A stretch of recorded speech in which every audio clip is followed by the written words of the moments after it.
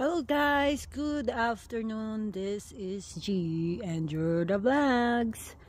Ayan guys, kumusta po ang lahat? Namiss nyo ba si G? Hindi kami magtatagpo para mag-vlog. Bibihira na lang kasi pares po kaming busy. So hopefully soon. Ayan po yung mga kabundukan sa amin, mga kalbo. I am greening outside, so let's check. Ooh, oh my goodness. Yeah, sarap.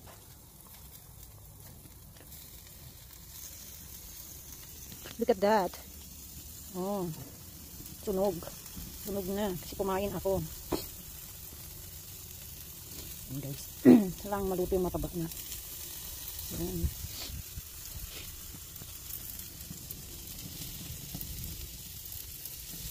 Masarap, masarap. It's spring already here in Grand Junction, Colorado, but we still have a snow yesterday.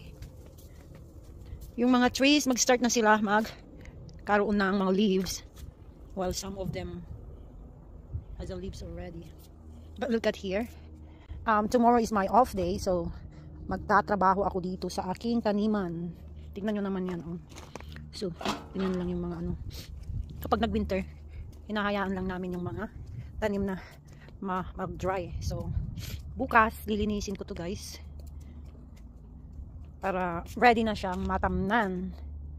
But I sprinkled lots of seeds already here in the backyard, side yard. Parang may tumubo na guys. Oh, siguro weeds mga yan. Oh, mga weeds to. Yeah. So I sprinkled lots of seeds already. Hopefully my husband will not pull them. So mga ano yung hinagis ko dito, mga okra, string beans, corn. Oh no, I didn't sprinkle corn. Cantaloupe, watermelon. Alam nyo guys na nabubuhay sila dito sa batuhan. Kaya last year nag-try ako doon sa other side ng mga cantaloupe.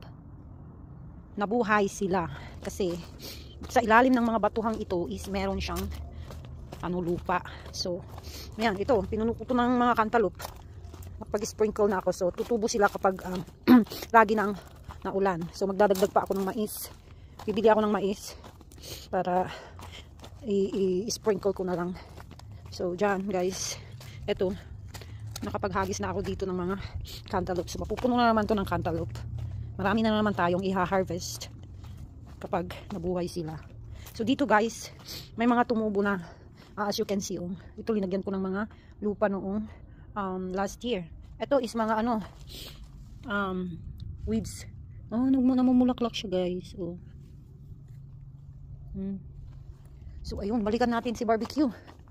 So yan po ang munti kong mai-share sa aming bakuran. Ito pala yung aking project na ginawa, na cover ng aking round table dito sa likod para maganda po yung pagbablog natin sa summer.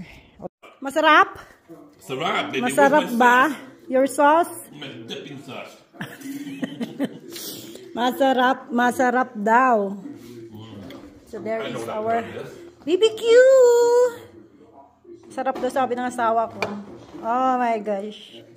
Yummy nga naman. Oh. More. You have all. Don't mind. Yeah, eat all. Why not?